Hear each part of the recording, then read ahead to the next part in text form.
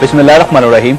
अस्सलाम वालेकुम नाज़रीन, मैं हूं जावेद चौधरी। ख्वाजा कायद-ए-आज़म मोहम्मद अली जिन्ना सिफारिश के खिलाफ थे।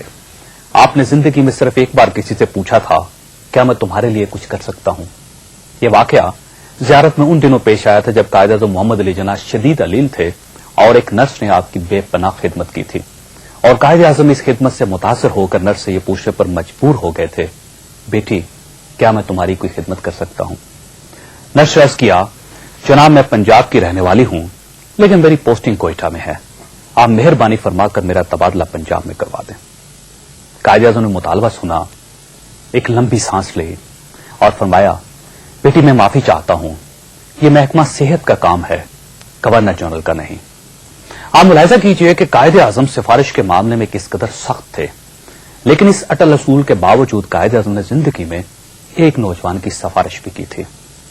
यह नौजवान नौकरी के सिलसिले में कायद-ए-आज़म तक पहुंचा और उनसे अर्ज किया, जनाब मैं बेरोजगारी के हाथों तंग आ गया हूं, आप फलां साहब को मेरी सिफारिश कर देंगे तो मुझे नौकरी मिल जाएगी।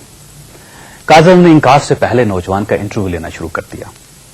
आपने उससे पूछा, क्या तालीम के दौरान तुम स्पोर्ट्स में हिस्सा लेते रहे हो? नौजवान ने जवाब दिया, नहीं। कायद-ए-आज़म ने पूछा, क्या तुम अदबी सरगर्मियों में शरीक रहे? नौजवान ने इनकार में सर हिला दिया। कायद-ए-आज़म ने पूछा, क्या तुम किसी दूसरी अच्छी सरगर्मी में हिस्सा लेते रहे थे? नौजवान ने इस बार भी इनकार में सर हिला दिया।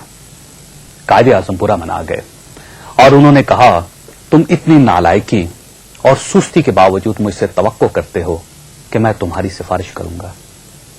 नौजवान ने आजिज़ी से जवाब दिया, जनाब आप मेरी सिफारिश करें या न करें, लेकिन मैं अपने बारे में झूठ नहीं बोल सकता। नौजवान ने यह कहा और कायद-ए-आज़म के दफ्तर से बाहर निकल गया।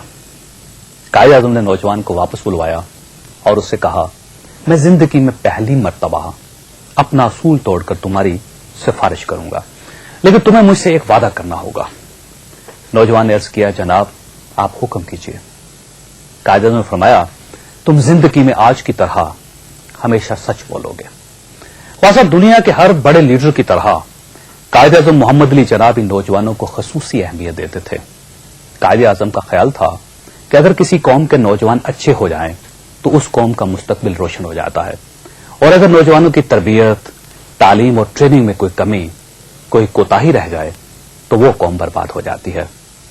कायद-ए-आज़म नौजवानों को तब्दीली का जरिया भी समझते थे, चुनांचे वो नौजवानों के फंक्शंस में तशरीफ भी ले जाते थे और उनसे मुलाकात से भी परहेज नहीं करते थे। हम नाज़रीन अगर नौजवानों की इस अहमियत को तस्लीम कर लें तो यहां पर सवाल पैदा होता है कि पाकिस्तान में 15 साल से लेकर 40 साल तक के नौजवानों और जवानों की तादाद 7.5 करोड़ है। यह हमारी आबादी का 40% बनता है।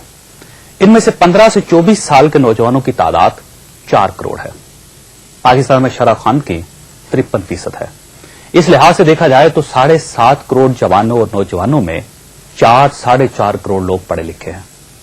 अब सवाल यह है कि इन 7.5 करोड़ जवानों और 4-4.5 करोड़ पढ़े लिखे नौजवानों के बावजूद पाकिस्तान तरक्की क्यों नहीं कर रहा? ये जवान और ये नौजवान इलेक्शन में भरपूर हिस्सा क्यों नहीं लेते, और ये ऐसे नुमाइंदे क्यों नहीं लाते जिनकी कम से कम डिग्रियां तो असली हों, जो कम से कम इस मुल्क के साथ मुखलिस तो हों? हमारा नौजवान तबका कहां सोया हुआ है? क्या यह तबका मायूसी का शिकार है? क्या यह तबका पाकिस्तान के मुस्तकबिल से नाउमीद हो चुका है? क्या इस तबके को इस मुल्क के सियासी निजाम पर एतबार नहीं रहा? क्या इस तबके की अपनी कोई राय नहीं? क्या इस तबके में जुर्रत, बहादुरी और एतमाद नहीं?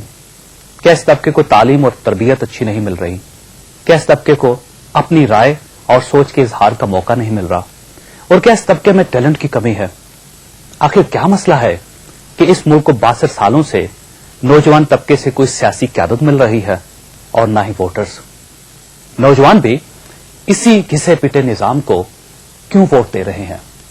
ये सारे सवाल हमारे आज के प्रोग्राम का हिस्सा है। हमने आज के प्रोग्राम में तहरीक इंसाफ के चेयरमैन इमरान खान के साथ मुल्क के 2 नामवर नौजवानों को गुफ्तगू की दावत दी है।